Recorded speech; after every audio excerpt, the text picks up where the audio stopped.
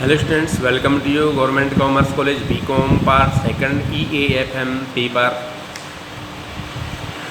Second elements of financial management, वित्तीय प्रबंध के मूल तत्व, चैप्टर कैपिटल बजटिंग, पूंजी बजटन।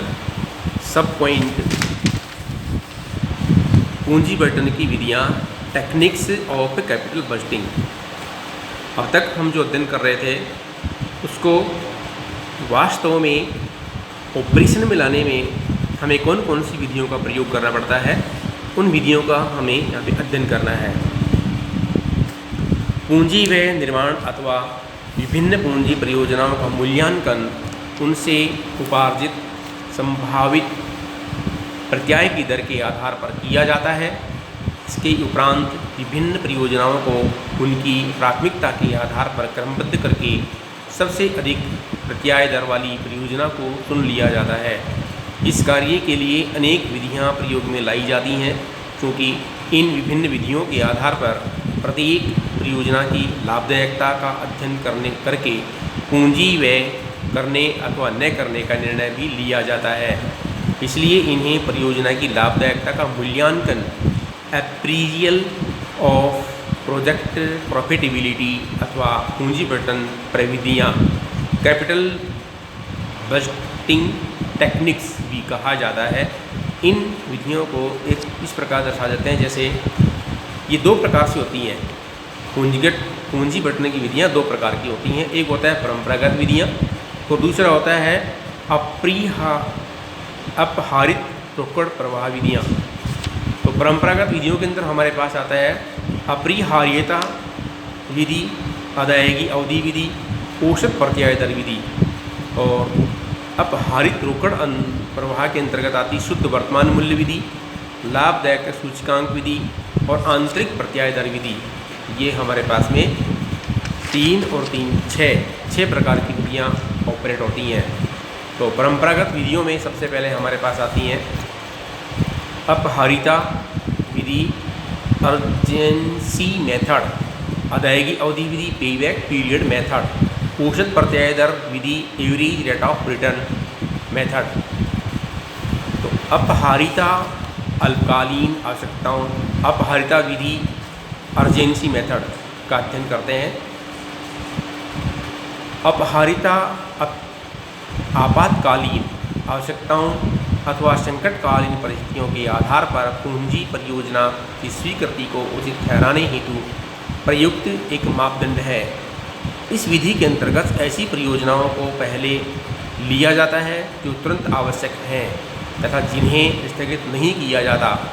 उदाहरण के लिए, जैसे किसी कार्यरत मशीन के ध्वस्त हो जाने पर उत्पादन प्रक्रिया को चालू रखने के कारण उसकी मरम्मत करवाने के बजाय नई मशीन को प्रतिस्थापित करने का निर्णय लेना उचित रहेगा।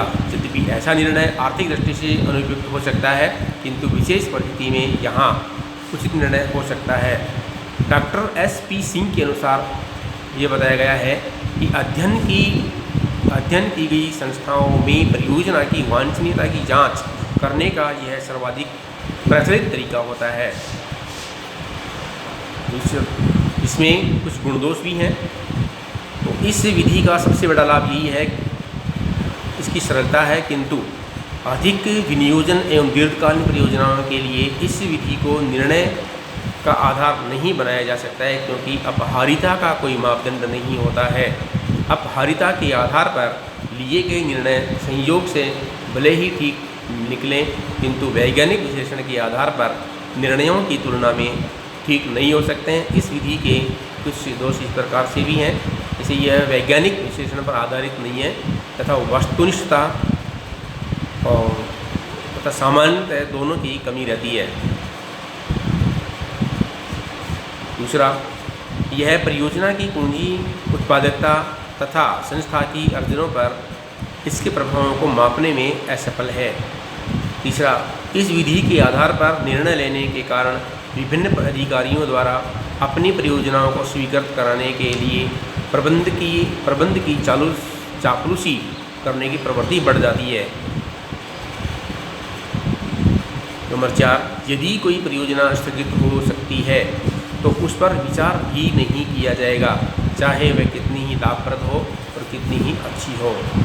इसलिए अपहारिता के आधार पर कोई भी पूंजी व्यय निर्णय तभी लिया जाना चाहिए जब संस्था के परिचालन जीवन में विशेष परिस्थितियों में उचित एवं आवश्यक हो। इस संबंध में जीडी क्वीरीन ने भी ठीक कहा है कि पूर्णतः किसी मापदंड के अभाव में विनियोजन परियोजनाओं के चयन में अपहारिता मापदंड का प्रयोग इसके अंतर्निहित आशय से प्राय कुछ अधिक हो जाता है। इसलिए इस विधि को अपनाने से पहले इसको पूर्ण रूप से यह अध्ययन कर लेना चाहिए और अध्ययन करने के पश्चात ही इस विधि को अपनाना चाहिए। कहीं ऐसा ना हो कि अच्छे के लिए बुरा हो जाए और हमें हानि वहन करनी पड़े। धन्यवाद।